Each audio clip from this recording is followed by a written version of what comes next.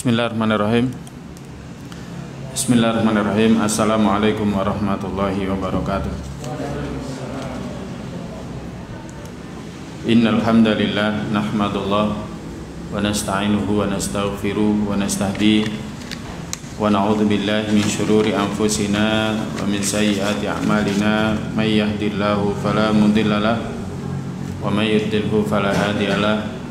Asyhadu an la ilaha illallah wahdahu la syarikalah wa asyhadu anna Muhammadan abduhu wa rasuluh la nabiyya wa la rasula ba'dah.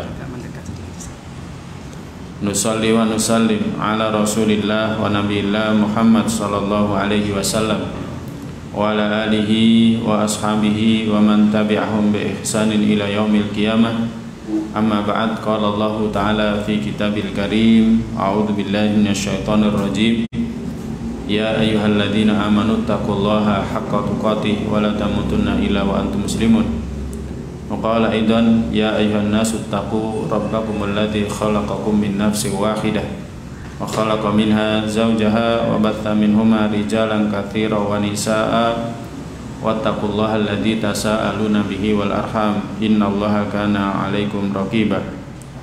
Wa qala aidan ya ayyuhalladzina amanu taqullaha wa qulu qawlan sadida yuslih lakum a'malakum wa yaghfir lakum dhunubakum wa may yuti'illaha wa rasulahu faqad faza fawzan 'azima.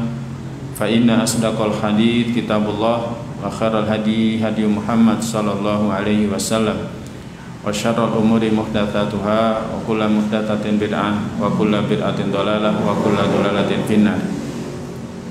Ikhwatal iman, jamaah sekalian yang dirahmati Allah, puji syukur adalah senantiasa kita panjatkan kepada Allah Jalla wa Ala, Rabb kita, pencipta kita, pemilik kita, yang mengurusi semua urusan kita, yang kita tidak bisa tidak bergantung kepadanya. Karena kalau kita tidak bergantung kepadanya sesaat saja, maka kita akan binasa. Karena jantung kita milik Allah Ta'ala, paru kita miliknya, pencernaan kita miliknya, seluruh anggota tubuh kita miliknya. Sekiranya sesaat saja kita tidak bergantung kepadanya, maka kita akan binasa. Maka hendaklah kita senantiasa bersyukur atas ini semuanya dan jangan sampai kita mengkufurinya. Apalagi bahagia dan selamatnya kita dalam kehidupan dunia, apalagi akhirat kita bergantung kepadanya, sehingga kita tidak bisa tidak, kecuali harus senantiasa kembali kepadanya. Oleh karena itu, hendaklah kita banyak bersyukur atas ini semuanya dan berharap Allah terus mencurahkan nikmatnya kepada kita sampai akhirat kita, sampai nanti kita berada kumpul bersama di surga Allah Ta'ala. Tak lupa salawat serta salam adalah senantiasa kita sampaikan kepada junjungan kita Nabiullah Muhammad sallallahu alaihi wasallam, teladan yang sempurna, contoh yang tidak ada duanya. Seluruh kehidupannya adalah uswah bagi kita, termasuk bagaimana kita berumah tangga. Nabi kita sallallahu alaihi wasallam meneladankan untuk kita bagaimana kita membesarkan anak-anak kita, bagaimana kita mendidik anak-anak kita. Nabi kita sallallahu alaihi wasallam meneladankannya, yang notabene itu semuanya adalah ibadah yang kita akan mendapatkan pahala dengan sebab kita meneladani beliau sallallahu alaihi wasallam. Bagaimana kita mendidik anak kita, bagaimana kita memperlakukan istri kita, bagaimana kita memperlakukan orang tua kita. Kalau kita meneladani Nabi kita sallallahu alaihi wasallam, maka kita terhitung telah beribadah kepada Allah Ta'ala, yang bukan hanya sekedar kebaikan yang kita dapatkan, tapi lebih dari itu. Lebih dari itu, pahala kita juga akan mendapatkan dan lain sebagainya. Semoga kelak kita bertemu dengannya di telaganya dan kita mendapatkan syafaatnya sampai selamat masuk surga Allah Ta'ala. Ikhwatal iman, jamaah sekalian yang dirahmati oleh Allah Subhanahu wa Ta'ala, kita akan membahas bagaimana cara Nabi kita sallallahu alaihi wasallam mendidik anak-anaknya. Bagaimana mendidik anak? Para jamaah sekalian yang dirahmati Allah, anak itu karunia dari Allah. Anak itu karunia dari Allah Subhanahu wa taala. Ya, karena karunia dari Allah taala, diantaranya yang harus kita imani ya terserah Allah. Allah mau ngasih ya terserah Allah. Allah tidak ngasih ya terserah Allah. Allah memberikan anak laki-laki seluruhnya ya terserah Allah. Allah memberikan anak perempuan seluruhnya ya terserah Allah. Allah ngasih anak laki perempuan juga terserah Allah. Allah mengatakan yahabu liman yasha'u inatha wa yahabu liman yasha'u dzukur. Allah SWT memberikan kepada siapa yang Allah kehendaki anak wanita. Demikian juga Allah SWT memberikan kepada siapa yang Allah kehendaki anak pria, laki-laki. Wa yaj'alu may yasha'u aqima. Allah juga mengatakan Allah juga bisa saja mengendaki menjadikan orang itu mandul. Sebesar apapun usaha yang kita lakukan, kalau Allah mengendaki tidak punya anak, tidak punya anak.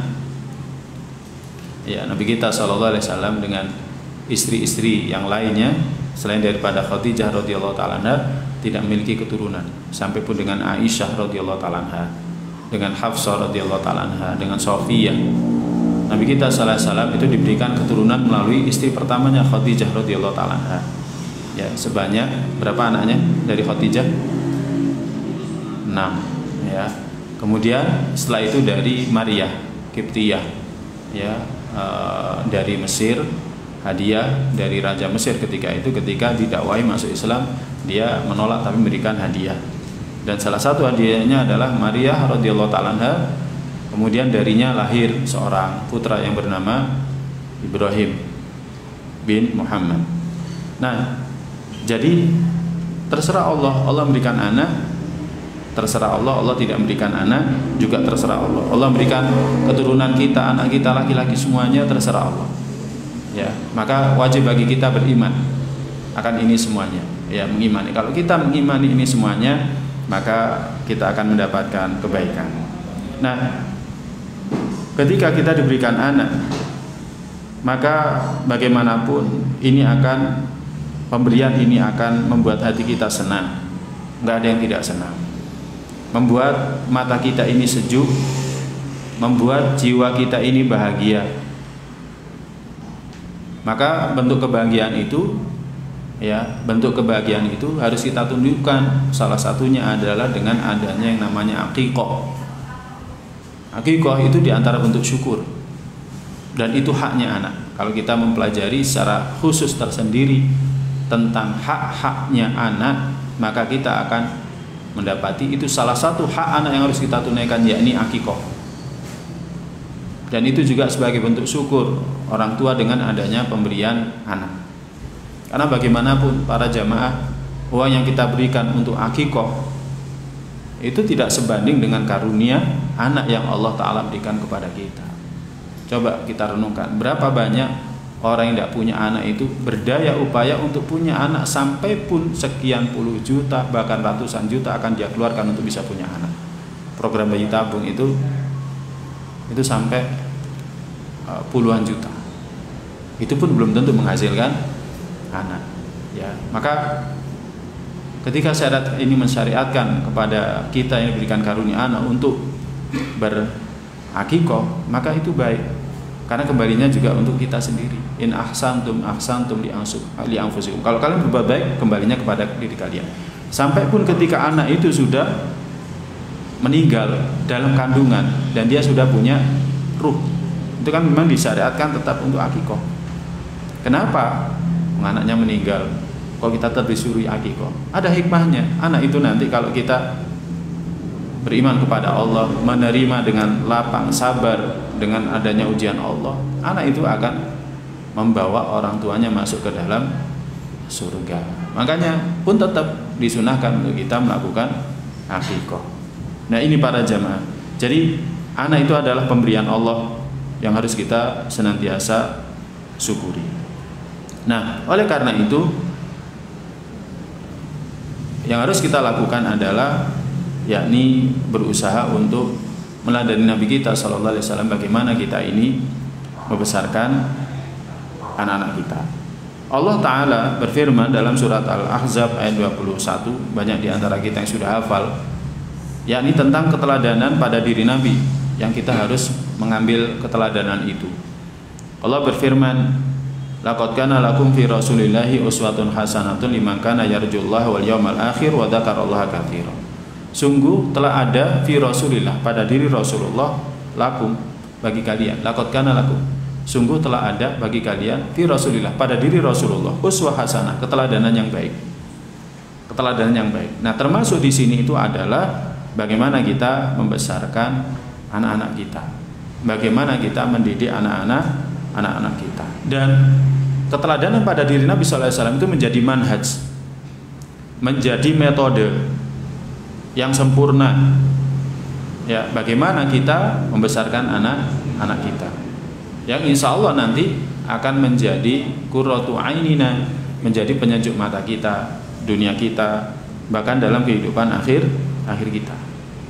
Jadi ini menjadi manhaj, menjadi metode bagaimana kita harus membesarkan anak-anak kita. Pada diri Nabi kita sallallahu alaihi wasallam ada keteladanan itu.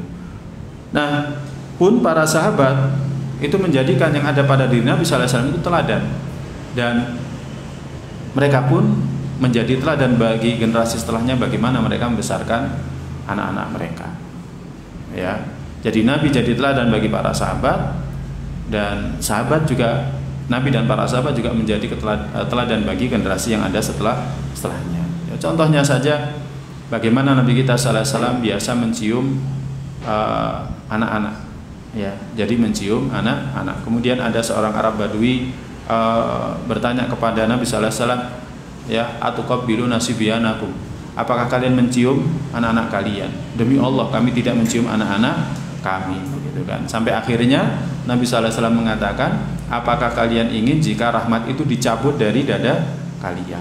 Nah, jadi kebiasaan Nabi sallallahu alaihi wasallam mencium anak itu menjadi teladan bagi sahabat yang lainnya. Dan apa yang dilakukan oleh Nabi dan para sahabat, bagaimana mereka membesarkan anak-anak mereka, pun menjadi teladan bagi kita semuanya. Ya, contohnya nanti akan kita dapatkan ya satu riwayat bagaimana para sahabat itu membiasakan anak-anaknya untuk puasa, sampai pun puasa sunnah yang muakkad, sampai pun puasa sunnah yang muakkad, ya, seperti puasa Arafah, demikian juga dengan puasa Asyura. Mereka itu dilatih, ya, mereka itu dilatih untuk itu. Nah, para jamaah sekalian yang dirahmati Allah, oleh karena itu siapapun yang merenungi sirahnya Nabi kita sallallahu alaihi wasallam akan banyak sekali mendapati ya sisi perhatian Nabi sallallahu alaihi wasallam kepada anak-anak, ya, bagaimana Nabi sallallahu alaihi wasallam mendidik anak-anak dengan ucapannya, dengan perbuatannya, dan lain sebagainya. Nah, para jamaah sekalian yang dirahmati oleh Allah Subhanahu wa taala, Allah Subhanahu wa taala telah memerintahkan kepada kedua orang tua itu untuk mendidik anak-anaknya dan mendorong mereka untuk mendidik anak-anak mereka. Karena apa? Karena Allah berfirman dalam surat At-Tahrim ayat 6. Ini ayat yang mengajak kita untuk memperhatikan keluarga kita, ya, menjaga keluarga kita dari siksa api neraka. Masyhur ayat ini. Dan sebenarnya di antara pelajaran dari ayat ini itu adalah kita harus membesarkan anak kita di atas agama. Jadi kita harus membesarkan anak kita di atas agama, mendidik anak kita di atas agama. Allah berfirman, ya ayyuhalladzina amanu qu anfusakum wa ahlikum nara. Wahai orang-orang yang beriman, jagalah diri kalian dan keluarga kalian dari api neraka. Ya, jagalah diri kalian dan keluarga kalian dari api neraka. Jadi kita ini disuruh jaga diri kita dulu, baru kemudian keluarga kita dari api neraka. Nah, dari sini saja ada satu faedah penting yang harus senantiasa kita tanamkan di benak kita, bahwa kita nanti akan melewati neraka. Jadi nanti kita akan melewati neraka. Diri kita dan keluarga kita akan melewati neraka. Ini yang harus kita tanamkan di benak kita. Maka harus kita tanamkan juga di benak kita dan keluarga kita masalah akidah yang sahihah, akidah yang benar. Termasuk akidah yang benar ini adalah keberadaan neraka. Ya. Jadi seperti itu. Ku anfusakum wa ahlikum nar, jagalah diri kalian dan keluarga kalian dari api neraka. Sampai dijelaskan secara detail dalam ayat 6 surat At-Tahrim ini. Wa quduhan nas wal hijar. Bahan bakarnya itu dari manusia dan bebatuan. Dijelaskan secara detail. Jadi api neraka itu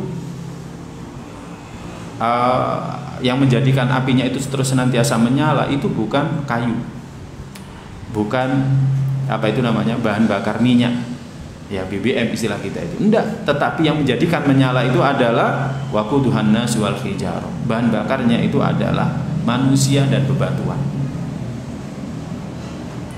Berarti ada di antara manusia yang akan menjadi bahan bakarnya neraka. Pertanyaannya, apakah itu kita? Na'udzubillah min dzalik. Dalam banyak ayat yang lain disebutkan Allah mengatakan la amla'anna jahannama minal jinnati wan nasi ajmain. Betul-betul akan kami penuhi neraka jahanam itu dari kalangan jin dan manusia.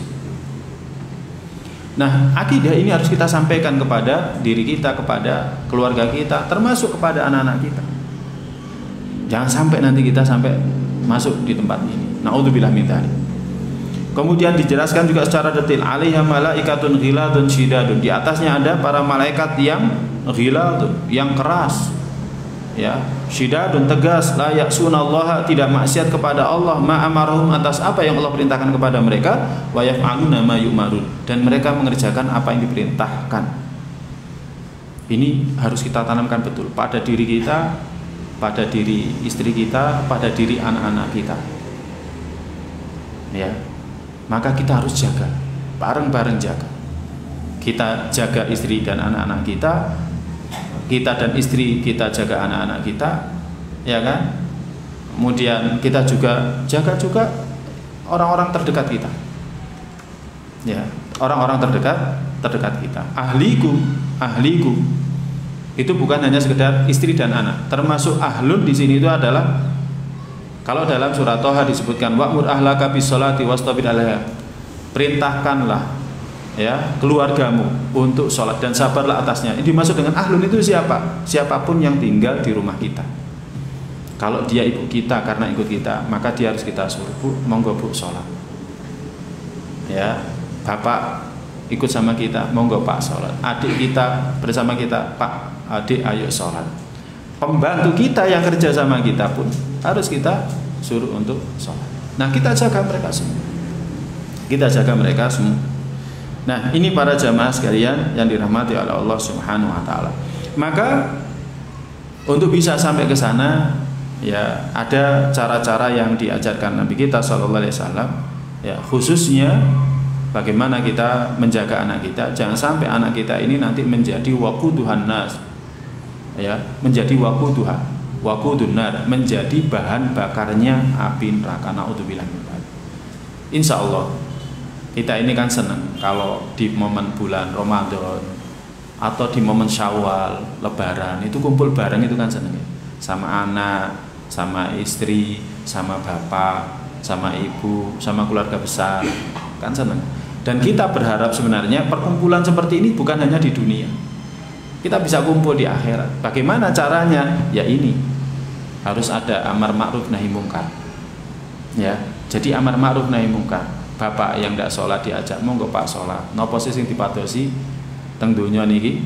Nggih, apa sih yang dicari dalam kehidupan dunia ini? Wong kita di dunia ini hanya sementara. Ada kehidupan yang lebih panjang dari kehidupan dunia, yakni kehidupan alam akhir. Monggo Pak sholat, gitu kan? Jadi seperti itu. Masih nggak mendengarkan, ya nanti diajak lagi. Nggak mendengarkan, diajak lagi. Sama seperti itu. Anak-anak juga seperti itu. Nggak bisa mendidiknya sekali dua kali dan lain sebagainya. Baik, cara-cara atau metode Nabi dalam mendidik anak yang harus diperhatikan oleh kedua orang tua dan orang-orang yang mendidik mereka. Yang pertama adalah al-qudwah al-hasanah, yakni keteladanan. Cara mendidik anak itu pertama dari keteladanan. Keteladanan. Jadi harus ada keteladanan. Di rumah itu harus ada teladannya. Ya. Karena yang pertama Yang pertama kali dilihat oleh anak itu orang tua, bukan yang lain. Yang pertama kali dilihat oleh anak itu orang tua. Orang tua melakukan apapun itu akan ditiru. Dan kemudian yang kedua, karena memang sifat dasar, karena memang anak itu kebiasaannya adalah meniru. Dia itu belajar dari meniru. Belajar itu dari mendengar. Ya. Ada anak itu apa itu namanya? Gak diajari sholawatan itu ya, dengarkan tok langsung bisa sholawatan ya. Dia nggak diajari baca ayat kursi, tapi mendengarkan tok akhirnya bisa baca ayat kursi. Dia itu nggak diajari baca qul huwallahu ahad, tapi karena sering mendengar dia itu bisa baca qul huwallahu ahad ya.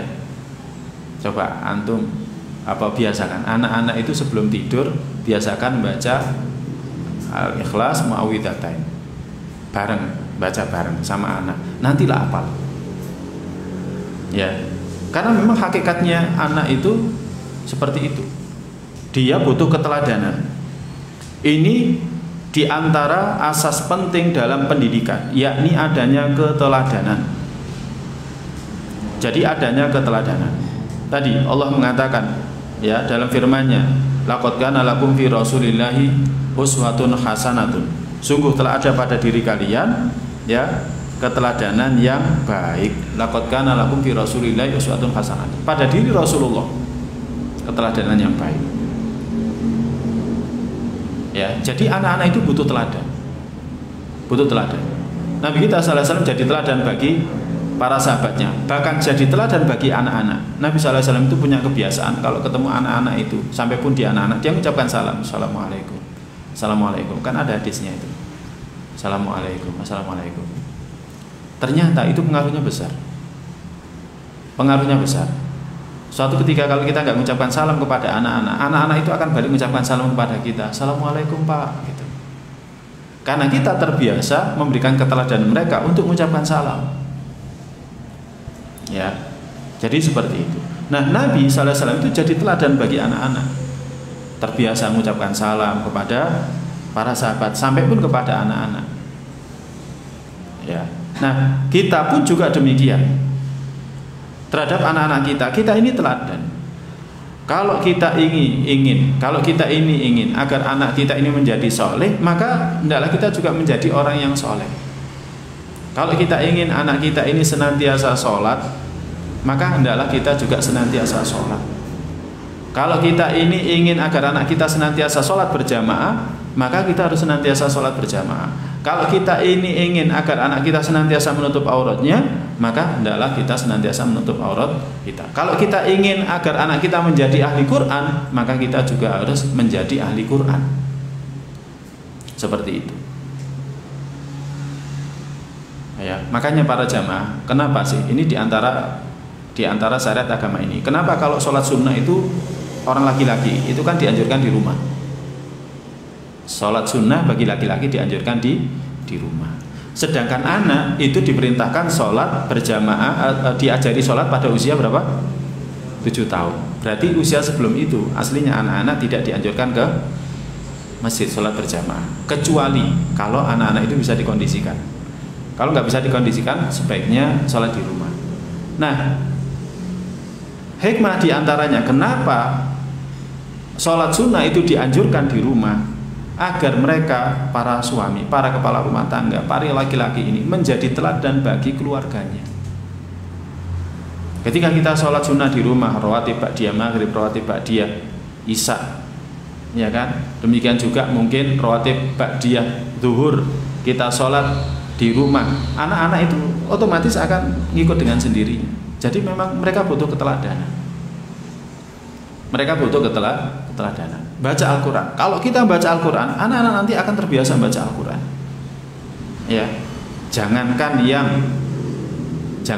yang usianya mungkin sudah 2 tahun, 4 tahun gitu ya. Yang bayi pun itu akan meniru.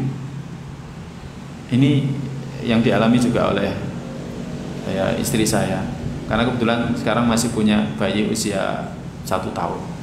Kalau baca surat Al-Fatihah itu Bismillahirrahmanirrahim Alhamdulillahi Rabbil Alamin. Bayinya itu langsung mau jadi kayak gitu. Ya. Jadi kalau kita biasakan mendidik menjadi teladan bagi mereka, ya kan? Mereka akan ikut. Sebaliknya kalau orang tua sering tiktokan, ya tiktokan, saya tidak tahu TikTok itu apa, saya nggak punya aplikasinya. Anaknya juga akan seperti itu. Orang tuanya HP-an terus, anaknya juga HP-an terus. Ya. Orang tuanya nyanyi, anak juga akan mengikuti. Kalau orang tua itu senantiasa melafadzkan Al-Quran, maka orang tua juga akan melafadzkan Al-Quran, maka anak itu akan senantiasa mengikuti. Anak itu akan senantiasa mengikuti. Ya. Jadi seperti itu. Jadi yang penting di sini adalah keteladanan.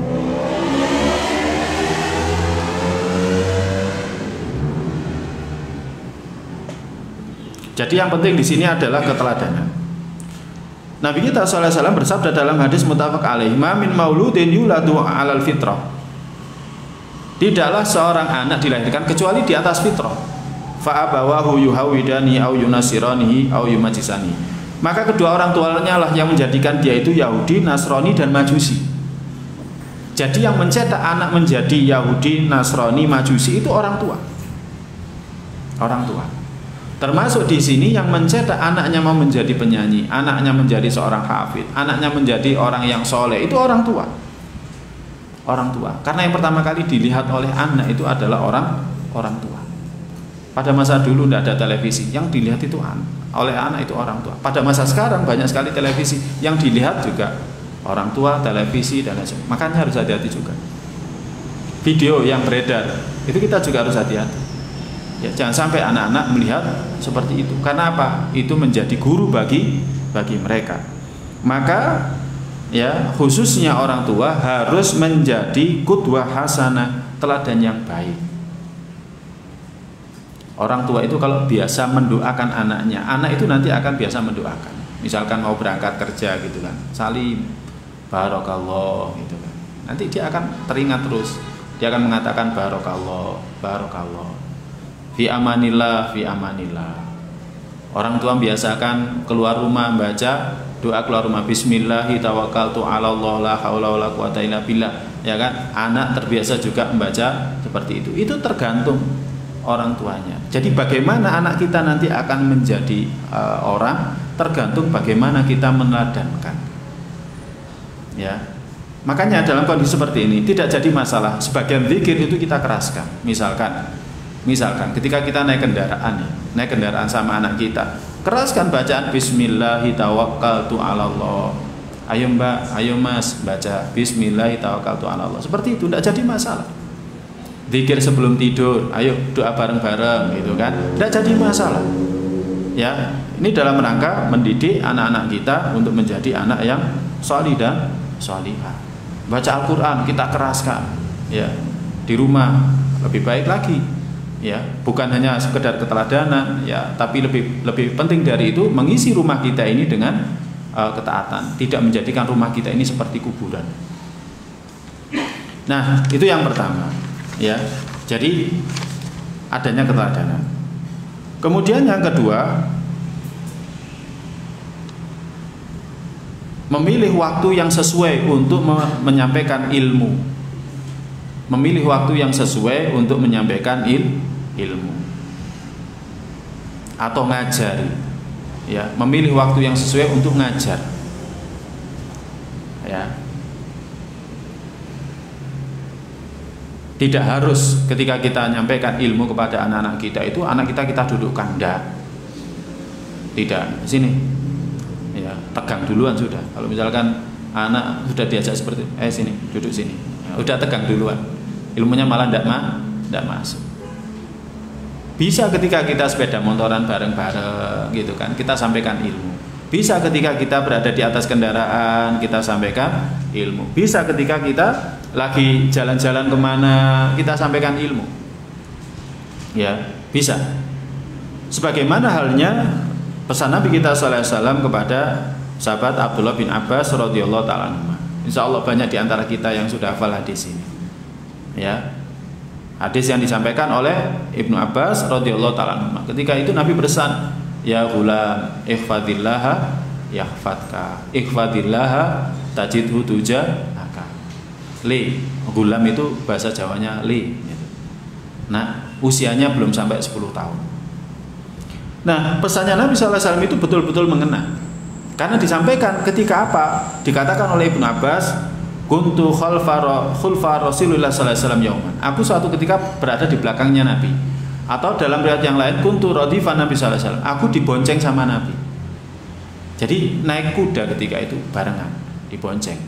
Atau pokoknya naik kendaraan, ya dibonceng. Ibnu Abbas berada di belakangnya. Kemudian diberikan pesan, diberikan nasihat. Dan nasihatnya itu mengena. Dan Ibnu Abbas radhiyallahu ta'ala juga menghafalkannya. Lumayan kan, hadis itu kan agak panjang. Tapi ketika disampaikan tepat, ya, ketika disampaikan dalam kondisi yang tepat seperti ini, maka mengena. Dia menghafalnya. Ya, di mana Nabi mengatakan, "Nah, aku ajarkan kepadamu beberapa kalimat. Jagalah Allah, niscaya Allah akan menjagamu. Jagalah Allah, niscaya engkau akan mendapati Allah berada di hadapanmu." Dan seterusnya. Kalau kamu minta, mintalah kepada Allah. Kalau kamu mohon pertolongan, maka mohon pertolonganlah kepada Allah. Ya, ketahuilah, orang-orang kalau misalkan kumpul pengen berikan manfaat, mereka berusaha berikan manfaat. Mereka nggak akan bisa memberikan manfaat kecuali itu sudah ditentukan, ditakdirkan. Kalau mereka mau menyusahkan, mereka tidak akan bisa menyusahkan kecuali itu semuanya sudah ditakdirkan. Seperti itu. Ya, ini jamaah sekalian yang dirahmati Allah. Nah, termasuk kalau kita kembali kepada hadis ini, yang harus kita ajarkan kepada anak-anak kita itu yang paling dasar masalah akidah. Jadi yang paling dasar itu masalah akidah. Paling dasar masalah akidah. Ya. Jadi kita ajarkan kepada mereka bahwa kita ini diciptakan oleh Allah. Bumi, alam semesta beserta isinya itu ada yang mencipta. Yang mencipta tentu yang maha agung, maha besar. Karena ciptaannya besar berarti penciptanya tentu lebih besar. Allahu Akbar. Karena ciptaannya indah, maka yang mencipta juga teramat sangat indah. Berarti dia satu-satunya yang berhak untuk disembah. Selainnya nggak pernah disembah. Kalau minta, maka minta kepada Allah. Diajari seperti itu. Nah ini Ibnu Abbas dikatakan, idza sa'alta fas'alillah. Ini usianya belum sampai 10 tahun ya. Gulam itu usia belum sampai 10 tahun. Diajari oleh Nabi, kalau minta sama Allah. Kalau mohon pertolongan kepada Allah. Maka kita ajari anak-anak kita sama seperti itu. Bi, pengen sepeda, Bi. Ayo doa. Doa, ya Allah berikanlah saya sepeda, kan gitu. Ya, mungkin doa itu bagi kita remeh, tapi bagi anak-anak itu sesuatu yang berharga. Sepeda bagi mereka sesuatu yang berharga. Enggak apa-apa. Dididik dari awal, ya kan, akidah yang benar, mintaannya kepada Allah, bukan kepada selain Allah. Termasuk minta perkara yang sepele. Bukankah ada satu riwayat untuk masalah tali sendal saja kita disuruh minta kepada Allah, apalagi untuk masalah sepeda, minta kepada Allah. Ajari anak kita agar mintanya kepada Allah, jangan sampai kepada selain Allah. Jangan sampai kepada yang sudah meninggal, jangan sampai kepada kuburan. Jadi minta kepada Allah Subhanahu wa taala. Jadi masalah akidah. Jadi ini yang harus kita ajarkan kepada anak-anak kita. Akidah, ya. Jadi ini pelajaran dari hadisnya Ibnu Abbas yang diriwayatkan oleh At-Tirmidzi, ya, masalah akidah. Kemudian waktu yang lain yang juga tepat kita nyampaikan ilmu atau pengajaran atau pendidikan itu adalah ketika makan dan minum. Ya, ketika makan dan minum. Memang harus ada momen-momen kita makan dan minum bersama anak kita. Ini sebenarnya sudah diajarkan dalam agama kita. Cuman kadang ini hanya sekedar lewat saja di benak kita. Seolah-olah ini kebiasaannya orang-orang kafir. Orang-orang kafir kan punya kebiasaan, ayo harus ada momen bersama, makan bersama. Ayo kita keluar, makan di restoran mana, makan bersama. Enggak, sebenarnya di dalam agama kita ada sudah. Enggak harus makannya di luar rumah. Makan di rumah pun bisa menjadi momen kebersamaan kita dengan keluarga kita. Nah, ini diceritakan oleh Amr bin Abi Salamah. Amr bin Abi Salamah ini anak sambungnya Nabi. Dia putranya Abu Salamah. Abu Salamah suaminya Ummu Salamah. Ya memang mulak saja. Ya, Ummu Salamah ini yang akhirnya dinikahi oleh Nabi kita Shallallahu Alaihi Wasallam. Ya, nah diceritakan oleh Amr bin Abi Salamah, Umar bin Abi Salamah radhiyallahu taala anhuma. Dia mengatakan kuntu ghulaman fi hijri Rasulillah. Aku dulu masih anak ketika di rumahnya Nabi Sallallahu Alaihi Wasallam. Jadi dalam Islam anak itu kalau masih belum akil dan balik, dia itu masih ikut ibunya. Kalau dia dicerai, ibunya dicerai oleh suaminya, atau dia menjadi anak yang yatim, itu masih ikut ibunya. Kecuali nanti kalau misalkan sudah akil balik, dia bisa memilih, ya kan, ikut bapaknya kalau misalkan cerai, atau ikut wali dari bapaknya. Ya, nah Umar bin Abi Salamah ketika itu dikatakan kuntu ghulaman fi hijri Rasulillah sallallahu alaihi wasallam. Aku dulu ketika berada di kamarnya Nabi sallallahu alaihi wasallam itu masih usia anak-anak. Ya, wa kanat yadi tatishu fi sahfa. Ya, karena hidup bersama di rumahnya Nabi sallallahu alaihi wasallam, ya sebagaimana anak-anak, ya anak-anak pada umumnya, ya kita tahu sifatnya. Ya, nanti aja kalau buka puasa anak-anak itu lah seneng. Ya, anak-anak itu kan seneng ya, lihat makanan banyak sekali, pengennya itu semuanya diambil. Nah, Umar bin Abi Salamah ketika makan, tangannya itu tatishu fi sahfa, tangannya itu ini jalan-jalan di nampan. Ya, orang Arab kan kalau makannya itu kan bukan di piring tapi di nampan, makan bersama. Jadi makannya itu bersama. Tatishu fi sahfa. Jadi tangannya itu jalan-jalan kemana-mana. Faqala li Rasulullah sallallahu alaihi wasallam, maka Rasulullah sallallahu alaihi wasallam bersabda kepadaku, ya gulam samillah wa kul bi yaminika wa kul mimma yalika, muttafaq alaih. Ucapkan bismillah. Kemudian makan dari yang terdekat dan makan dengan tangan kananmu dan makan dari yang terdekat. Kul bi yaminika wa kul mimma yalika. Makan dengan tangan kananmu dan makan dari yang terdekat. Ya.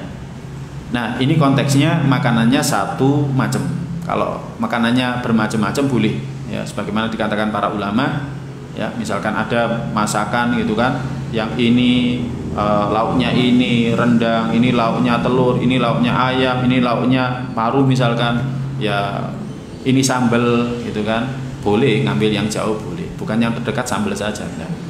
Boleh yang jauh. Ya, itu konteksnya makanannya satu macam. Kalau banyak macam boleh. Ini konteksnya satu macam. Nah, jadi Nabi kita sallallahu alaihi wasallam ngajari, baca bismillah, makan dengan tangan kananmu dan makan dari yang terdekat dengan. Nah, ikhwatal lima jamaah sekalian yang dirahmati Allah, momen yang tepat untuk ngajari adab. Ya, momen yang tepat untuk ngajari adab. Jadi diajari, anak itu diajari. Ya, dan ketika anak itu diajari seperti ini, dia akan teringat. Makanya dalam kelanjutan riwayat ini Umar bin Abi Salamah, Amr bin Abi Salamah mengatakan, famazala dzalika ta'mati ba'du. Ta'mi ba'du. Maka seperti itu cara makanku setelah itu. Jadi cara makannya dia itu setelah diajari Nabi seperti itu. Mesti bismillah, kemudian makan dengan tangan kanan, kemudian makan dari yang terdekat. Anak kecil kan, apalagi kalau makanannya banyak, ya misalkan buka puasa itu, kalau disuruh kumpulan anak kecil kan mesti rebutan, tangan kanan megang, tangan kiri megang. Kalau misalkan ada tangan lagi yang ketiga, keempat mestilah megang semua. Anak kecil kan seperti itu. Ya, pengen semuanya dimakan. Padahal nanti kalau sudah makan satu ya sudah kenyang, dikasihkan sama abinya, nggak habis. Ya, abinya sebagai tempat penampungan akhir makanan anak-anaknya. Nah, akhirnya kalau momen seperti ini digunakan dengan tepat, kita ngajari anak kita akan melakukannya dengan baik. Tapi tidak jamin. Kadang anak itu masih harus terus senantiasa diingatkan. Ya nggak cukup sekali dua kali. Makan sambil duduk. Ayo makannya sambil duduk, jangan sambil berdiri. Nah itu cara yang tepat. Nah nggak boleh duduk di atas, abinya di bawah, harus duduk di bawah, nggak boleh. Ya nggak boleh. Anak-anak kita biasakan untuk kita ajari adab. Jangan duduk di kursi kalau ada kakek neneknya duduknya di bawah. Jangan duduk di kursi kalau orang tuanya duduknya di bawah. Itu pelajarannya bisa kita ambil dari kisahnya Nabiullah Yusuf. Ketika bapaknya datang, kemudian bapaknya disuruh duduk di singgah sana. Nabiullah Yusuf berada di bawah, walaupun dia adalah pejabat negara ketika itu. Ya, itu ada ajarannya. Nah, ini kita ajarkan. Nah, tidak boleh. Dan ini kalau kita ajarkan pada momen yang tepat, mereka akan teringat, mereka akan terngiang. Nggak boleh itu. Akhirnya mereka akan meninggalkan hal seperti itu. Nah, ini para jamaah sekalian yang dirahmati oleh Allah Subhanahu wa taala. Demikian juga termasuk momen yang tepat ngajari anak itu ketika mereka sakit. Ya, sebagaimana Nabi Shallallahu alaihi wasallam dalam hadis Bukhari disebutkan dari Anas bin Malik radhiyallahu taala anhu, di mana ada ghulamun Yahudiyun yakhdumun Nabi sallallahu alaihi wasallam famarido. Ada seorang anak, dia itu menjadi pelayannya Nabi. Menjadi pelayannya Nabi sallallahu alaihi wasallam. Kemudian dia sakit.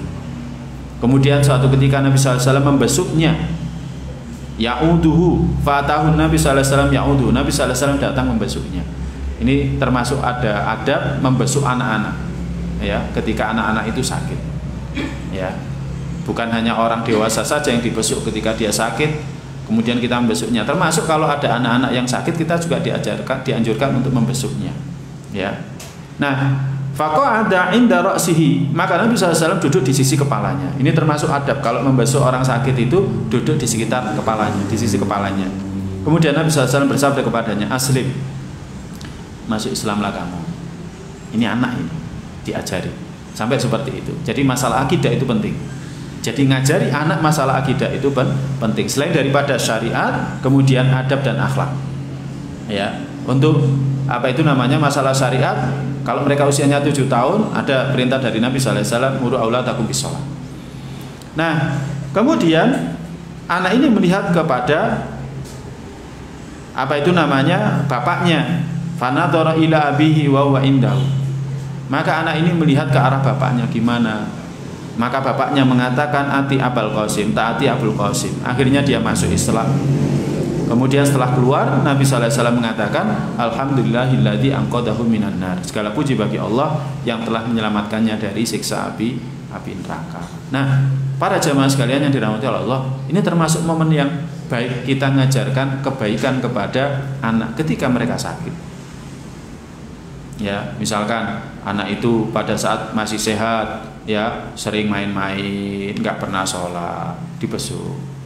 Ya, diingatkan, sholat nak ya, nanti setelah ini sholat, minta kepada Allah, ya kan, berdoa, ya Allah berikanlah saya sehat, karena bisa memberikan sehat itu adalah Allah Subhanahu Wa Taala. Itu mengena. Jadi itu mengena.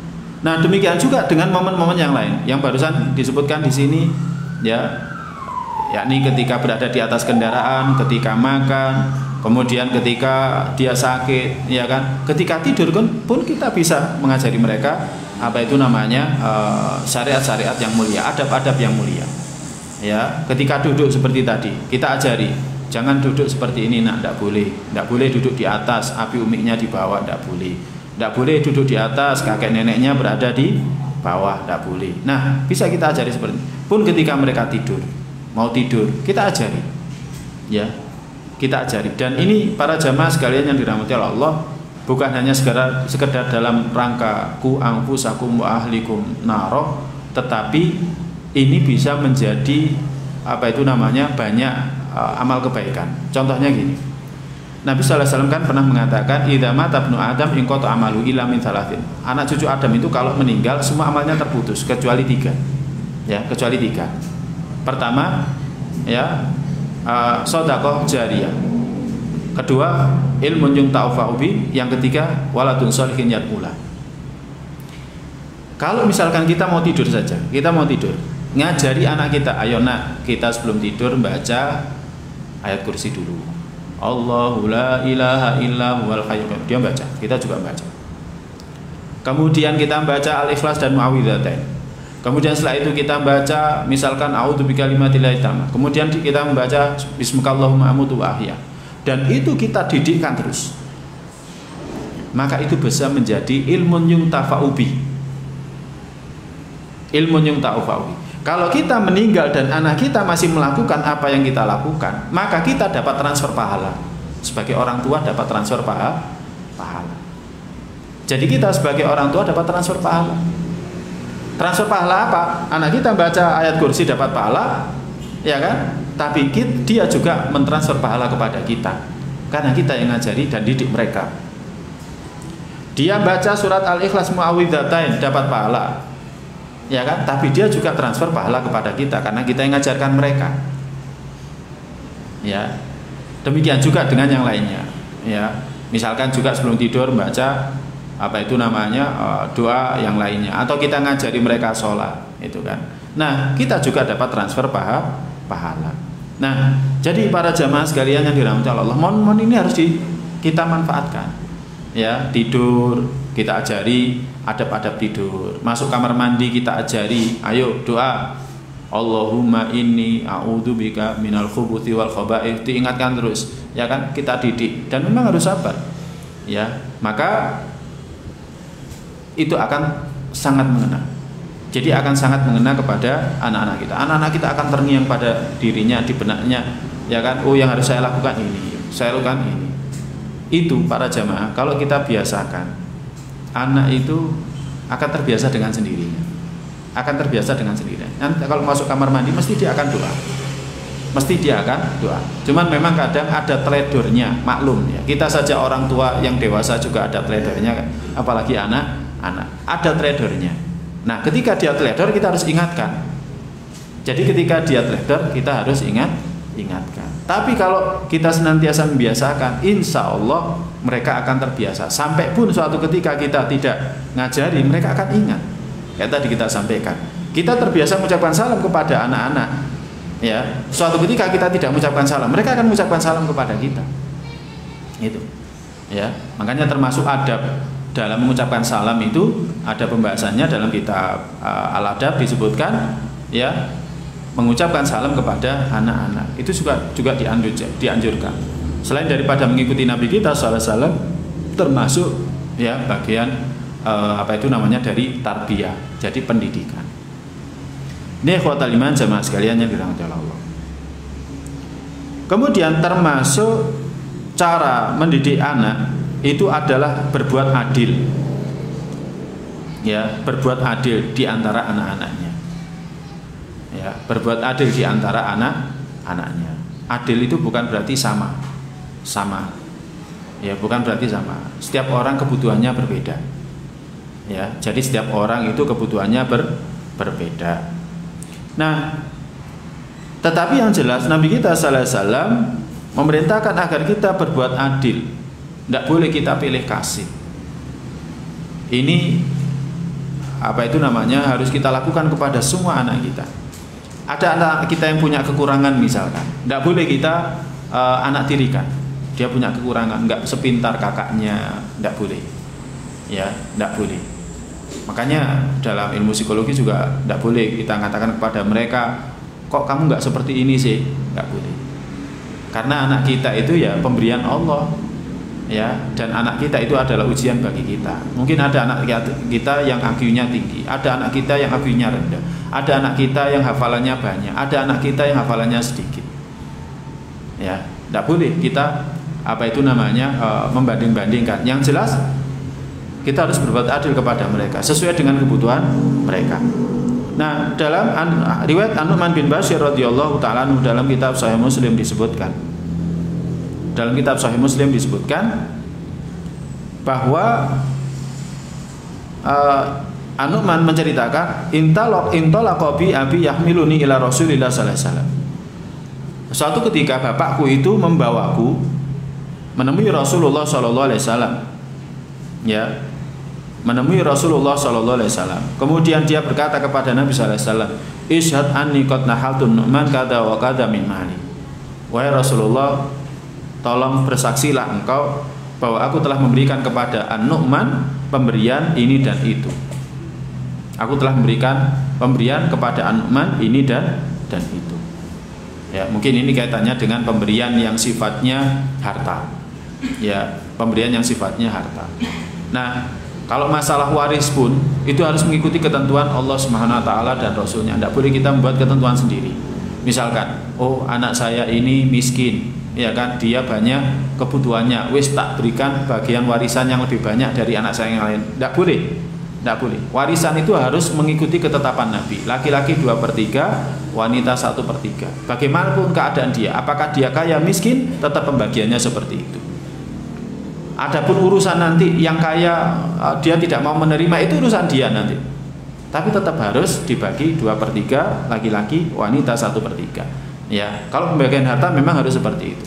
Tapi kalau pembagian kasih sayang mungkin berbeda, tidak jadi masalah. Sebagaimana halnya Nabiullah Yakub lebih menyayangi putranya Yusuf jika dibandingkan dengan 10 kakaknya. Ya, 10 kakaknya. Mereka ini beda ibu. Tapi perhatiannya kepada Nabiullah Yusuf lebih besar. Perhatiannya kepada adiknya juga lebih besar daripada kakak-kakaknya. Sampai akhirnya kakaknya iri, kemudian mereka berbuat makar, mau menyingkirkan Nabiullah Yusuf dari keluarga mereka. Gitu kan? Sampai akhirnya ya silakan bisa dilihat kisahnya dalam kisah Nabiullah Yusuf dalam surat Yusuf. Nah, kalau perhatian memang tidak bisa. Ya, mungkin kecenderungan hati kita lebih condong kepada anak kita yang pertama misalkan, atau lebih condong pada anak kita yang pintar misalkan, tidak jadi masalah, tetapi tetap harus kita berbuat adil.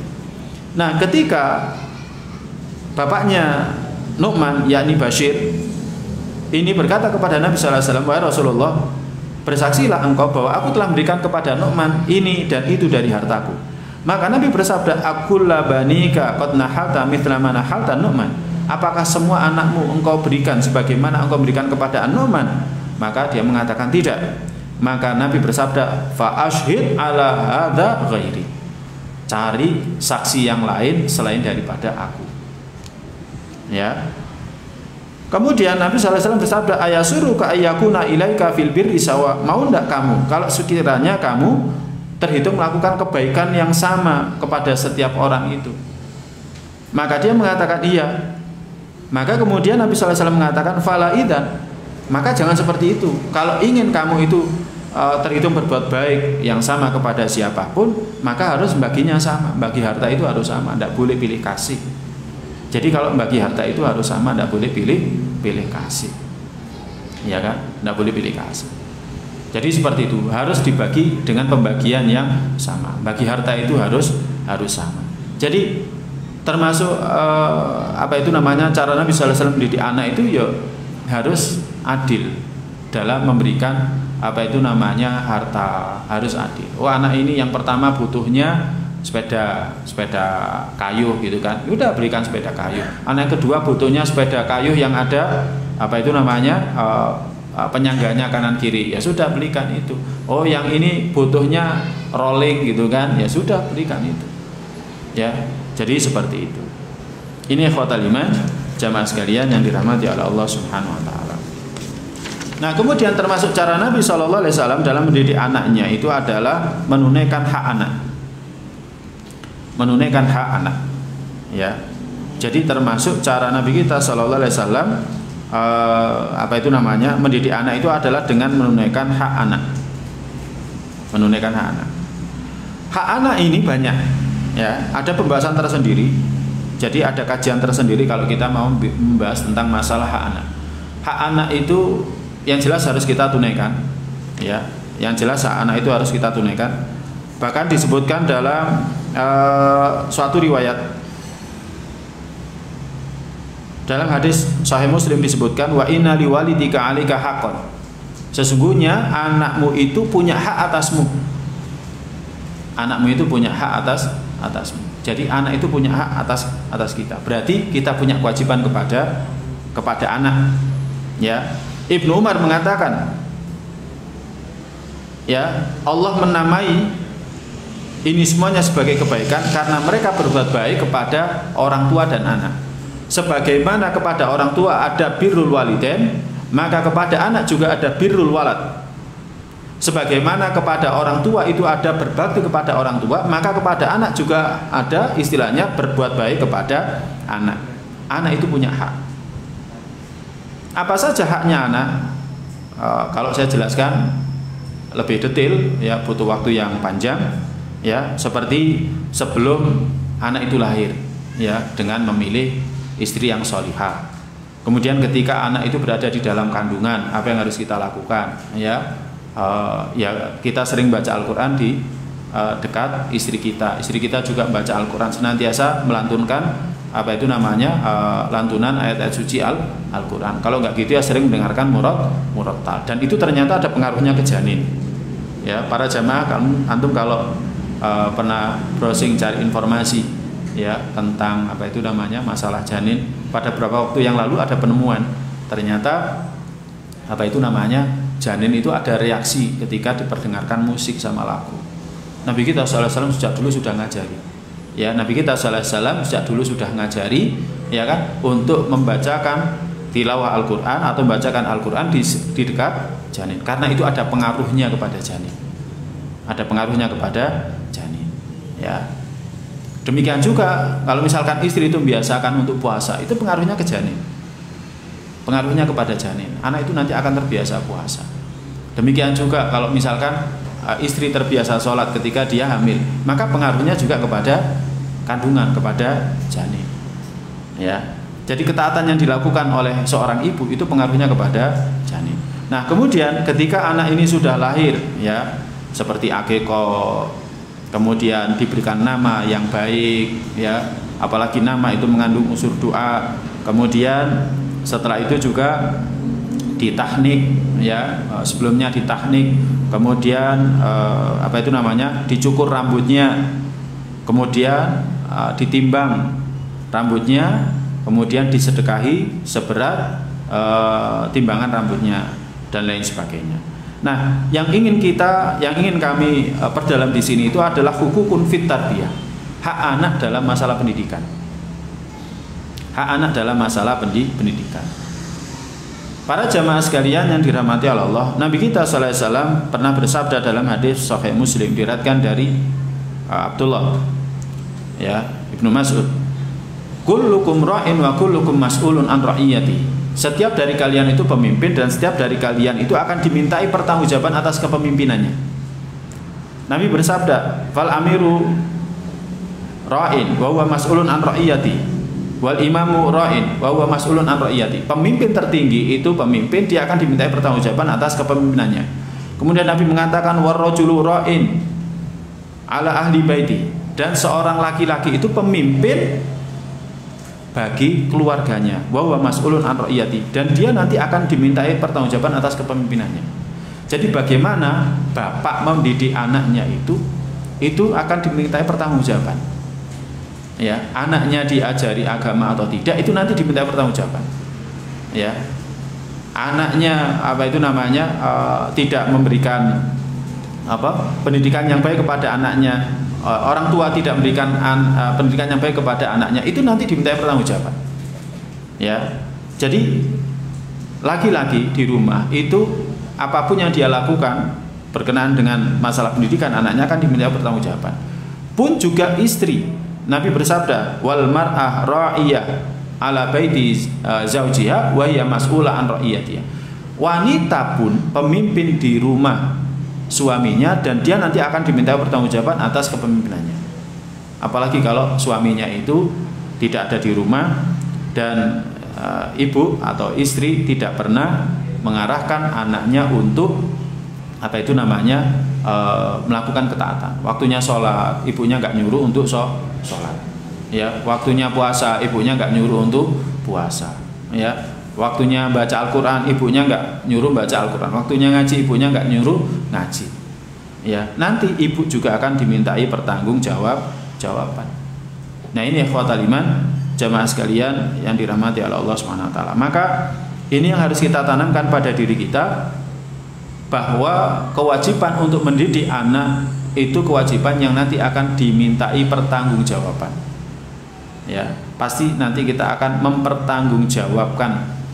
Ya, akan mempertanggungjawabkan. Oleh karena itu, didik anak kita dengan pendidikan yang baik. Kalau kita nggak bisa didik, bagaimana? Serahkan kepada orang. Kalau kita tidak bisa mendidik, bagaimana? Serahkan sama orang.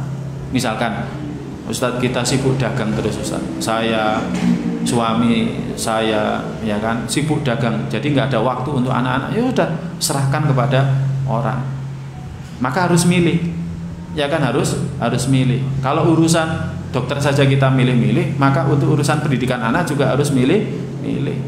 Sekarang yang paling baik itu sebenarnya menyerahkannya ke pesantren, ke pondok, ya. Karena apa? Karena kalau di pondok itu sudah terpola, hidupnya sudah terpola, ya, mulai dari tidur, kemudian bangun tidur itu sudah terpola, aktivitasnya sudah teratur, ya. Kalau di rumah mungkin kita sering terlewat untuk mengingatkan ini, terlewat untuk mengingatkan itu. Tapi kalau di pesantren tidak terlewat, ya. Maka kalau kita tidak bisa didik anak kita, bisa diserahkan kepada pesantren, ya. Maka pesantrennya pun kalau bisa ya milih. Sebagaimana kita kalau misalkan mau dirawat sakit itu kan kita juga milih kan. Oh, saya milih di rumah sakit ini aja, saya milih di klinik ini aja, saya sudah percaya sama orang-orangnya. Maka sama dengan mondok, sama seperti itu. Ya, jangan sampai anak kita ini dididik oleh lingkungan yang nggak benar. Ya, di rumah kita nggak bisa ngawasi televisi, nggak bisa ngawasi HP, nggak bisa ngawasi teman-temannya. Ya, yang penting taruh pesantren aja. Kalau di pesantren kan temannya sholat semuanya, ya kan, sholat jamaah semua. Masa dia nggak sholat? Memang ada sih yang dablek seperti itu, ada. Sampai berusaha melarikan diri. Ya, kemarin di pondok yang saya sendiri juga ngajar di sana, turut bina di sana, ada yang melarikan diri itu, ya ada. Ya, di pondok-pondok manapun ceritanya anak pengen melarikan diri itu ya ada, ya. Tapi yang jelas kan mayoritas anaknya insya Allah baik, ya. Nah, beda kalau misalkan di rumah, di sekolah temannya bisa baik bisa enggak, kemudian di rumah kadang orang tuanya perhatian kadang enggak, kemudian paling banyak dengan televisi, kalau nggak gitu dengan HP yang dilihat YouTube, ya. Bagaimana anak kita akan jadi baik, gitu loh. Nah, ini para jamaah sekalian yang dirahmati Allah.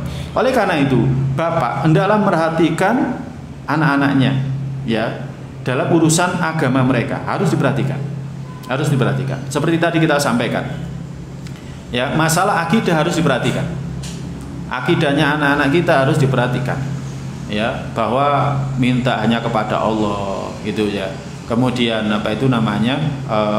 berdoa hanya kepada Allah, menyembah hanya kepada Allah, jangan kepada selain Allah SWT. Kemudian diingatkan masalah syariat, ya, termasuk masalah akidah juga ditanamkan kepada mereka adanya surga, adanya neraka, ada siksa kubur, adanya nikmat kubur, ditanamkan itu, betul-betul ditanamkan, ya.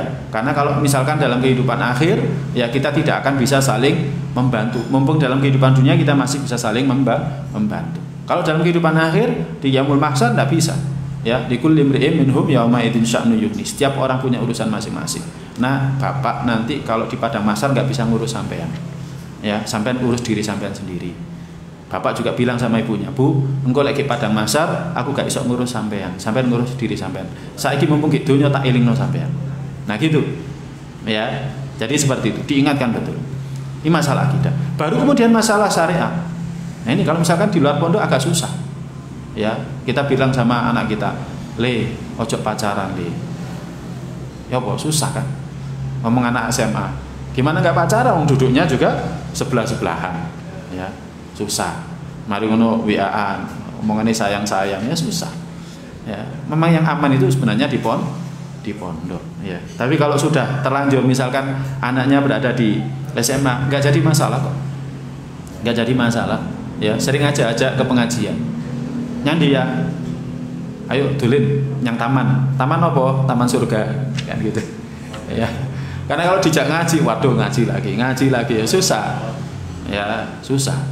Nah, jadi masalah kalau misalkan anaknya sudah masuk SMP, SMA gitu kan, waduh anak saya kok nggak mondok, nggak apa-apa, ya. Toh banyak para asatid antum yang tahu ya, yang sekarang lulusan Madinah, yang sekarang juga masih kuliah di Madinah, itu kan dulu SMP SMA-nya juga umum, kan gitu. Ya, bisa saja. Nah, tapi yang jelas orang tua, bapak itu punya kewajiban mengarahkan anaknya terhadap urusan agamanya, sholatnya. Ya, seharusnya masalah mengajak anak untuk sholat itu ketika usianya 7 tahun. Oke lah, misalkan sekarang sudah terlambat, tidak jadi masalah. Tetap diajak terus, tetap diajak. Ya, dan jangan lupa menjadi teladan bagi anaknya. ya tetap diajak. Maksudnya tetap diajak itu diomongi, ayo nak sholat, ayo nak sholat, ayo nak sholat. Bukan wes kok saya sholat dewi, wes gede kok. Tidak boleh seperti itu, tidak boleh. Harus terlontar dari lisan kita ucapan ayo sholat. Karena Allah berfirman, wa'mur ahlaka bis sholati, perintah anak keluargamu untuk sholat. Kata-kata perintah itu artinya ya harus keluar ucapan, ayo sholat. Tidak boleh kita mengatakan wis anakku wis gede engko ndelok aku lah isok niru, enggak boleh seperti itu. Ya kan? Engko lah dapat hidayah sendiri, enggak seperti itu. Nah, ini para jamaah sekalian yang dirahmati Allah. Jadi seperti itu. Jadi harus menyuruh kepada urusan agama, mengarahkan kepada urusan agama, masalah syariat, masalah adab. Dimulai dari masalah akidah, kemudian masalah syariah, kemudian masalah adab dan akhlak. Ya tadi, adab akhlak itu. Duduknya tidak boleh lebih tinggi dari abi umiknya, bapak ibunya, tidak boleh lebih tinggi dari kakek neneknya. Kalau ketemu kakek neneknya, ketemu orang tuanya harus salaman, salim, cium tangannya. Ya, itu bagian dari ma'ruf, sesuatu yang ma'ruf. Di negeri kita sesuatu yang ma'ruf. Tapi kalau di negeri yang lain, bukannya dicium tangannya, yang dicium itu adalah keningnya. Ya, kalau di Timur Tengah yang dicium adalah keningnya. Kalau di sini dicium tangannya. Tapi juga diingatkan halal haram. Oh, ini bukan mahram, tidak boleh nak. Nggak boleh. Nanti kalau kamu salaman sama dia nanti nyetrum nanti. Ya, itu sepupumu cantik nanti nyetrum. Kalau kamu mau tak nikahkan aja. Nah, gitu. Nah, seperti itu. Ya. Jadi harus dimulai dari itu. Ingat pesan Allah Ta'ala, ingat firman Allah Ta'ala yang mengabadikan pesan Luqman, ya, Al-Hakim, yang digelari Al-Hakim karena dia orang yang sangat bijaksana. Di mana Allah mengatakan wa id qala Luqman li ibnihi wa huwa ya'iduhu ya bunayya la tusyrik billah. Ingatlah ketika Luqman berkata kepada anaknya, ketika itu dia menasihati anak-anaknya, hei anakku, janganlah kalian menyekutukan Allah, sesungguhnya syirik itu adalah kedzaliman yang paling besar. Nah, ini para jamaah sekalian yang dirahmati oleh Allah Subhanahu wa taala. Nah, jadi yang pertama akidah.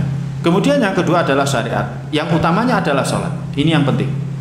Dalam hadis yang diriwayatkan oleh At-Tirmidzi, Abu Daud, disahihkan oleh Albani dari Abdul Malik bin Ar-Rabi bin Sibrah, dari bapaknya, dari kakeknya, Nabi pernah bersabda, alimus sabiya as-salah ibna sab'i sini. Ajari anak kalian sholat ketika usianya 7 tahun. Wadribuhu 'alaiha ibna asyrin. Pukul mereka atasnya ketika usianya 10 tahun. Jadi sampai kita boleh mukul anak, mukul, tapi bukan pukulan yang menyakiti, tetapi pukulan yang mendidik. Sebagaimana halnya suami boleh memukul istri, tapi bukan pukulan yang menyakiti, tapi pukulan yang mendidik. Dan diharamkan memukul wajah. Wala tadribil wajha. Jangan memukul wajah. Kalau mendidik istri tidak boleh memukul wajah. Ya. Pukulan yang mendidik. Nah, anak pun sama seperti itu, boleh dipukul. Boleh dipukul. Kalau ada yang mengatakan tidak boleh mukul anak, berarti dia menyelisih sunnah. Justru dalam agama kita boleh mukul anak. Boleh, tapi bukan pukulan yang menyakiti, pukulan yang mendidik. Kapan mereka boleh dipukul? Usianya 10 tahun. Jangan masih bayi dipukuli. Nah, itu tidak benar, nggak ikuti sunnah Nabi. Ya, usianya 7 tahun dipukul, ya tidak boleh. Ya, tidak boleh. Itu menyelisihi Nabi kita Shallallahu Alaihi Wasallam. Nah, jadi yang kita ajari ini sholat. Sholat apa saja? Tentu kalau sholat wajib, kalau dia laki-laki ya jamaahnya, maka kita ajari. Ajari jamaah. Usia 7 tahun harus diajari jamaah. Ya, harus diajari sholat jamaah. Kalau mereka rame, ya harus bagaimana caranya dikondisikan mereka untuk bisa tidak rame. Ya, tetap mereka harus diajari jamaah. Kalau usianya sebelum itu, boleh mereka tidak diajari sholat berjamaah, biar mereka belajar sholat di rumah dulu. Tapi kalau sudah usia 7 tahun harus diajari, termasuk di dalamnya jamaah. Karena usia 7 tahun ini, usia mereka ini bisa diperintah dan dilarang. Coba, kalau usianya 5 tahun, bisa nggak dia diperintah dilarang? Kadang masih belum bisa. Tapi kalau usianya 7 tahun itu mereka bisa diperintah dan dilarang. Ya, semoga ini dasar ya. Kenapa para pendahulu negeri kita ya menjadikan usia anak SD itu 7 tahun? Karena usia yang mereka itu bisa diperintah dan dilarang. Ini usia yang baik ya. Ya, makanya kita suruh mereka untuk sholat ketika usianya 7 tahun. Nah, dan bukan hanya sholat saja, termasuk syariat agama yang lain. Kalau sholat saja disuruh, demikian juga dengan syariat agama yang lainnya juga harus disuruh. Salah satunya puasa, termasuk puasa. Ya, termasuk puasa. disebutkan dalam kitab Sahih Bukhari dan Muslim dari Ar-Rabi' binti Muawid. Dia mengatakan, Nabi SAW pernah mengutus utusan pada pagi hari Asyura ke perkampungan orang-orang Ansor. Nabi kemudian utusan itu mengatakan, man asbaha muftiran falyutimma baqiyata yaumi. Siapa yang pagi hari ini ya berbuka, sudah makan, sudah sarapan, falyutimma baqiya yaumihi, maka adalah dia sempurnakan sisa harinya untuk puasa. Wa man asbaha shaiman, tapi siapa yang sudah mengawali harinya dengan puasa, falyasum, maka hendaklah dia lanjutkan puasa. Jadi hari Asyura Nabi SAW memerintahkan semua untuk puasa. Ya, sampai yang sebelumnya itu sudah makan sarapan pagi tetap disuruh puasa sampai nanti terbenamnya matahari. Sedangkan yang sejak awal sudah puasa ya disuruh untuk terus melanjutkan puasanya. Nah, ini menunjukkan kalau puasa sunnah itu boleh diniati ketika fajar sudah terbit. Ya, kemudian diniati ketika sudah pagi, bukan sebelum fajar. Ya, boleh. Kemudian diawali dengan puasa, dengan makan juga boleh. Ya, kalau misalkan tidak tahu, kemudian ingat, oh ini hari puasa, saya tak puasa, tidak apa-apa. Nah, kemudian Ar-Rabi' binti Muawid mengatakan, fakunna nasumu, akhirnya kami pun puasa. Ya, wa nusawwimu sibyanana, dan kami ajari anak-anak kami untuk puasa ketika itu. Ini puasa Asyura saja diajari. Jadi puasa sunnah saja anak-anak itu diajari. Makanya para jamaah sebaiknya ya puasa sunnah itu juga diajari, khususnya yang muakkad seperti Asyura, kemudian Arafah, ajari karena fadilahnya sangat besar. Kemudian apa yang dilakukan? Wa naj'alu lahumul lu'ba minal ihni fa idza baka ahaduhum ala ta'am a'tainahu dzaka hatta yakuna indal iftar. Akhirnya kami buat anak-anak kami puasa dan kami berikan kepada mereka mainan. Jika seorang dari mereka nangis, ya kan, minta makan, kami berikan mainan itu. Akhirnya mereka main, akhirnya mereka lupa dengan laparnya, gitu kan. Kemudian hatta yakuna indal iftar, sampai kalau berbuka baru mereka diberikan makanan. Jadi sampai seperti itu. Ya, jadi sampai seperti itu. Nah, ini para jamaah sekalian yang dirahmati Allah. Jadi anak-anak kita ini juga harus kita ajari puasa. Ya, sebenarnya istilah puasa beduk, puasa asar, puasa duha itu ya tidak apa-apa sebenarnya. Tidak apa-apa untuk anak-anak. Ya, tapi kalau untuk dewasa ya tidak mungkin lah. Ya, untuk anak-anak tidak apa-apa. Puasa dulu. Ya, kemarin juga gitu, anak yang usianya 4 tahun itu puasa nggak boleh mimik susu, diajak main gitu kan. Ya, tapi kalau di rumah nggak ada mainan ya susah, minta gitu kan. Lemes, ini nggak terisi, ini sakit. Kalau nggak terisi, ada aja alasan anak sekarang, pintar-pintar. Ya, nah ini para jamaah sekalian yang dirahmati Allah. Demikian juga termasuk haji. Ya, haji. Tapi kalau kita kan berat ya, haji. Biayanya untuk kita haji saja besar, apalagi hajinya anak-anak ya, tambah hajinya anak-anak, kayaknya tidak mungkin. Tapi kalau kita berada di sana, ya ada anak di sana, ya bisa dapat kesempatan haji ya kita haji. Misalkan ada yang jadi tenaga kerja di sana sama keluarganya, sama anaknya di sana, dapat kesempatan haji ya haji. Biasanya yang kerja di sana itu dapat kesempatan itu. Ya, kita pernah ketemu dengan seorang driver itu sudah 10 tahun ya kan kerja di sana. Kita tanya, sudah berapa kali haji? Alhamdulillah 10 tahun. Kami tiap tahun disuruh haji sama majikan. Alhamdulillah. Tapi kalau pulang tetap nggak disebut Pak Haji. Kenapa? Karena hajinya nggak bayar. Yang disebut haji itu yang hajinya bayar. Ya, haji siapa? Tapi kalau pernah ketemu TKW juga, ya kan, dari Banyuwangi itu sudah berapa kali haji? Alhamdulillah 2 kali. Tetap kalau pulang nggak akan dipanggil aja, karena hajinya nggak bayar. Nah, termasuk yang harus kita ajarkan itu adab dan akhlak. Ya, adab dan akhlak. Imam Nawawi mengatakan, ya, alal abi, kepada bapak wajib ngajari anaknya adab. Ya, yang dibutuhkan untuknya, dan pengajaran ini wajib. Demikian juga dengan para wali. ya, termasuk misalkan kalau anak ini yatim, kemudian yang mengasuh itu adalah walinya, wajib anak ini diajari adab qabla bulughis sabi was-sabiyah, sebelum dia nanti mencapai usia akil balik. Imam Syafi'i juga mengatakan, demikian juga para sahabatnya, walal ummahati aidan, demikian juga ibu-ibunya harus ngajari adab in lam yakun abun, kalau tidak ada bapaknya. Ya, tadi kita sampaikan, anak itu sebelum dia mencapai usia akil balik, dia itu akan diasuh oleh ibunya.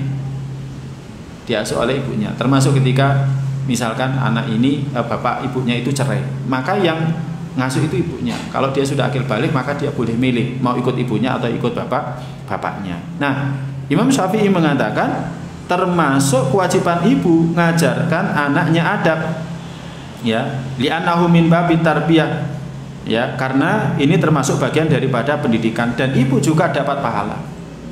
Jadi ibu juga dapat pahala kalau ngajari anaknya adab, bapak juga dapat pahala kalau ngajari anaknya adab.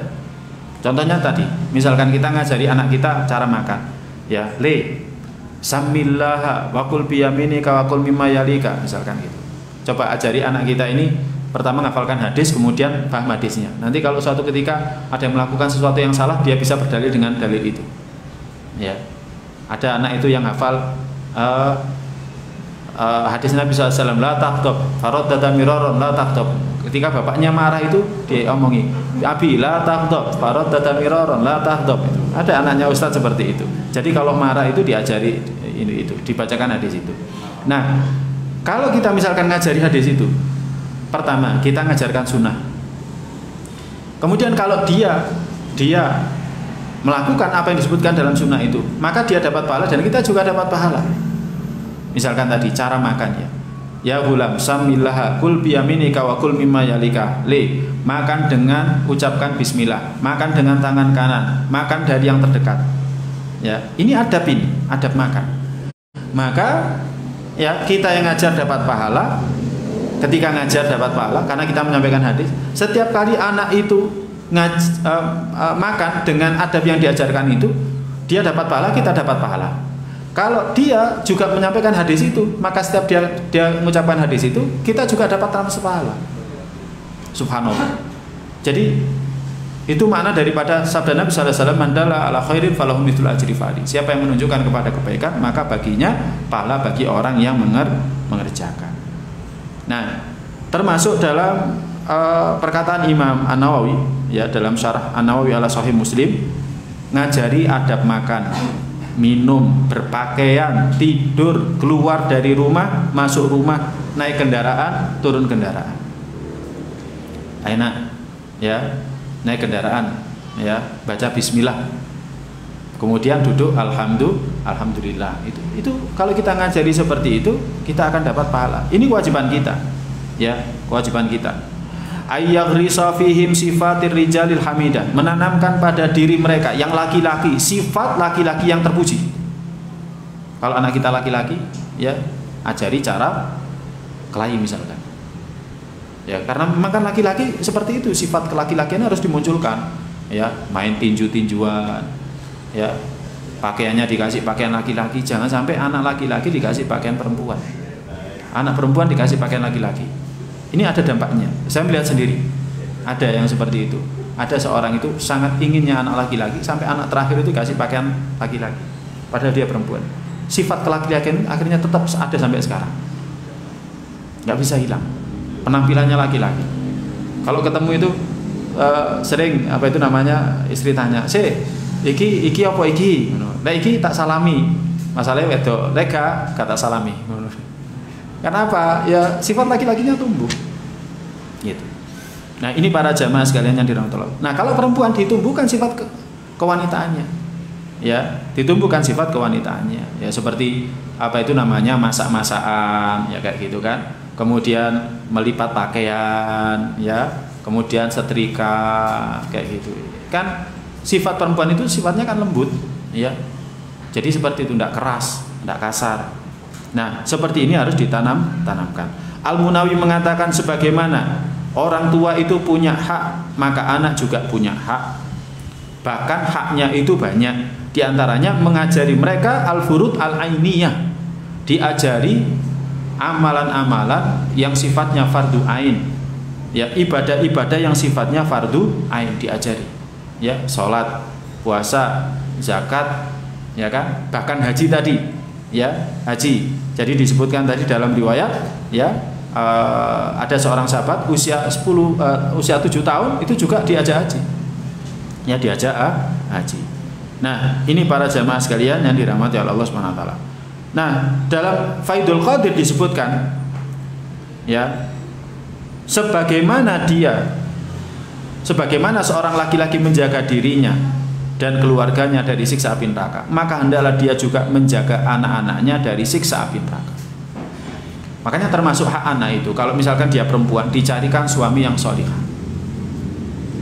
Suami yang solih, kok suami yang solihah? Suami yang solih, dicarikan suami yang solih. Nah, ketika dia menikahkan itu harus diingatkan, ya, harus diingatkan. Ini pernah jadi salah satu momen ketika saya pribadi menikahkan adik ipar. Hakikatnya ketika orang tua menikahkan anaknya dengan seorang pria, hakikatnya dia meletakkan beban ku anfusakum wa ahlikum naro kepada laki-laki. Kalau kamu sanggup, ya, kalau kamu punya azam, ya, punya keinginan kuat menjaga dirimu dan keluargamu dari api neraka, maka tak serahkan. Tapi kalau enggak, sebaiknya kamu kembalikan. Kayak gitu. Berani mengembalikan. Wes sudah jabat tangan kok. Ya. Jadi hakikatnya ketika seorang bapak menikahkan putrinya kepada seorang laki-laki, calon menantunya, hakikatnya dia meletakkan beban ku anfusakum ahlikum naro dari bebannya kepada ini. Walaupun tidak lepas seluruhnya, karena Nabi kita Shallallahu Alaihi Wasallam pun, walaupun putrinya Fatimah radhiyallahu taala sudah bersama dalam keluarganya Ali bin Abi Thalib, dia menikah dengan Ali bin Abi Thalib, tetap dia melakukan amar ma'ruf nahi munkar. Ya, kan ada riwayat di mana Nabi Shallallahu Alaihi Wasallam masih mengingatkan putrinya sama menantunya, ayo bangun, gak sholat malam tak, seperti itu. Ya, nah ini para jemaah sekalian yang dirahmati Allah. Jadi sebagaimana seorang laki-laki itu menjaga anak-anaknya, menjaga keluarganya dari siksa api neraka, maka termasuk yang harus dijaga di sini itu adalah anak-anaknya, ya, anak-anaknya, khususnya itu adalah anak-anaknya. Nah ini para jamaah sekalian yang dirahmati oleh Allah Subhanahu Wa Taala. Kemudian cara yang terakhir yang juga sangat penting dalam rangka mendidik anak-anak itu adalah yakni mendoakan, ya, mendoakan. Ya, bahkan ini sebaik-baik cara. Jadi sebaik-baik cara. Ya, dan cara ini tidak boleh tidak kita lakukan, harus kita lakukan. Mungkin yang pertama-pertama, yang sebelum-sebelumnya itu sudah terlewatkan. Ya, sudah terlewatkan. Mungkin dulu kita tidak menjadi teladan yang baik bagi anak-anak kita. Ya, saya ada beberapa orang yang sudah hijrah, ya, dulunya memang tidak hijrah, ya kan, dulunya tidak kenal agama, kemudian setelah itu dia hijrah sehingga tidak menjadi teladan bagi anak-anaknya. Maka kalau ini sudah terlewatkan, paling tidak yang nggak kalah pentingnya ini adalah doa. Yang nggak kalah pentingnya ini adalah doa. Demikian juga uslub yang lain, ya, seperti kita tidak pernah ngajari anak kita ajaran agama, nggak pernah ngajari anak kita ajaran agama, bahkan nyekolahkan di sekolah agama pun enggak, mondokkan juga tidak, bahkan ngajikan anak kita juga enggak. Maka yang terakhir ini jangan sampai tidak, yakni mendoakan anak-anak kita, ya, mendoakan anak-anak kita. Nah, para jamaah sekalian yang dirahmati Allah, mendoakan anak itu sangat diperlukan. Karena apa? Karena kita tidak tahu apa yang nanti akan terjadi sama anak kita. Ya, kita tidak pernah tahu apa yang terjadi pada anak kita. Sedangkan yang maha kuasa untuk mengarahkan anak kita itu hanya Allah Ta'ala. Jadi yang kuasa untuk mengarahkan anak kita hanyalah Allah Ta'ala. Yang bisa menjadikan anak kita salih itu hanya Allah Ta'ala. Kemudian yang kedua, mendidik anak itu berat, susah. Apalagi kalau usianya itu usia SMP sama SMA itu. ya, SMP sama SMA. Kalau usia SD mungkin masih bisa diarahkan, tapi kalau usia SMP sama SMA susah. Ya, banyak teman-teman itu yang mengeluh masa yang paling berat mereka untuk mendidik anak-anak mereka itu ketika anak mereka usianya SMP sama SMA. Makanya sebenarnya pilihan masuk pondok itu sebenarnya pilihan yang tepat, ya. Pilihan pondok itu sebenarnya pilihan yang tepat karena mereka dididik sehari, ya, 1 kali 24 jam di sana dengan kehidupan pondok, tahajud, kemudian sholat jamaah 5 waktu, kemudian makan, ya, dengan apa yang ada, mensyukuri apa yang ada, kemudian didikan agama, kemudian mereka di sana punya keteladanan dari kiainya, dari ustadznya, dari guru-gurunya dan lain sebagainya. Jadi itu pilihan yang baik, ya. Nah, mungkin ini semuanya terlewatkan, ya. Maka jangan lupa dengan adanya doa. Jadi kembali kepada pembahasan tadi bahwa mendidik anak itu berat, ya. Mendidik anak itu berat, apalagi usianya SMP sama SMA. Apalagi juga yang ketiga, anak itu kecenderungannya adalah menyimpang, ya. Jadi kecenderungannya adalah dia menyimpang. Apalagi nafsunya lebih banyak menguasai dia. Kan dia kadang banyak anak-anak yang masih belum akil, masih belum bisa berpikir, ya. Dia sudah balik tapi belum akil. Dia sudah balik tapi masih belum bisa berpikir, ya. Diajari, ya, balik lagi ke kebiasaan sebelumnya. Diajari balik lagi kebiasaan sebelumnya. Maka penting yang namanya doa. Nah, di antara yang pernah diteladankan Nabi kita sallallahu alaihi wasallam adalah ketika dia mendoakan Abdullah bin Abbas radhiyallahu ta'ala anhuma. Dalam kitab Sahih Bukhari disebutkan oleh Abdullah bin Abbas di mana dia mengatakan dhammani Rasulullah sallallahu alaihi wasallam. Pernah Rasulullah sallallahu alaihi wasallam itu memelukku. Jadi dipeluk. Kemudian berdoa, Allahumma alimhu alkitab. Ya Allah, ajarilah dia alkitab. Atau dalam riwayat Muslim disebutkan Allahumma faqihhu fiddin. Ya Allah, jadikan dia faqih dalam agama. Jadi mendoakan sambil dipeluk. Makanya para jamaah kalau mendoakan anak itu tidak harus ketika selesai sholat para jamaah doa. Ya, doa yang masyhur apa? Rabbana hablana min azwajina wa dzurriyyatina qurrata a'yun waj'alni lil muttaqina imama. Itu sebenarnya doa yang masyhur. Ya kan? Tapi tidak harus seperti itu doanya. Ketika kita meluk anak, doakan seperti ini. Dhammani Rasulullah sallallahu alaihi wasallam. Rasulullah sallallahu alaihi wasallam memelukku, kemudian berdoa, Allahumma alimhul kitab. Ya Allah, ajarilah dia alkitab. Allahumma faqihu fiddin. Ya Allah, buat dia jadi faqih dalam urusan agama. Makanya akhirnya Abdullah bin Abbas itu kan menjadi salah satu ulamanya para sahabat. Dia dikenal dengan habrul ummah, ya, tintanya umat ini, ahli tafsirnya umat ini. Para sahabat kalau ingin mengetahui penafsiran satu ayat itu kembali kepada Abdullah bin Abbas. Selain daripada kepada ulama yang lainnya seperti Aisyah radhiyallahu ta'ala anha, ibunda orang-orang beriman, seperti Abdullah bin Mas'ud, Abdullah bin Amr bin Al-As radhiyallahu ta'ala anhuma. Tapi yang paling banyak dijadikan rujukan ini, ya. Contoh tafsir surat An-Nasr itu bahwa surat An-Nasr itu adalah tanda dekatnya ajalnya Nabi itu dari penafsirannya Ibnu Abbas. Ya, nah seperti itu. Jadi dampaknya besar. Makanya peluk anak itu, kemudian doakan. Ya, dan penting bagi kita untuk senantiasa mendoakan anak, ya, agar anak kita menjadi solihah. Apalagi doa orang tua itu termasuk doa yang diijabahi. Dakwatul walid liwaladi. Jadi doanya orang tua untuk anaknya termasuk doa yang diijabahi. Termasuk ketika kita marah, ya usahakan jangan berdoa, jangan berkata kecuali yang baik, karena itu akan diijabahi, ya, akan diijabahi. Allah ta'ala bisawab. Mungkin ini yang bisa saya sampaikan karena ternyata waktunya lebih. Tadi seharusnya jam 7 kurang kurang 10 ya, harus selesai terus lanjut tanya jawab.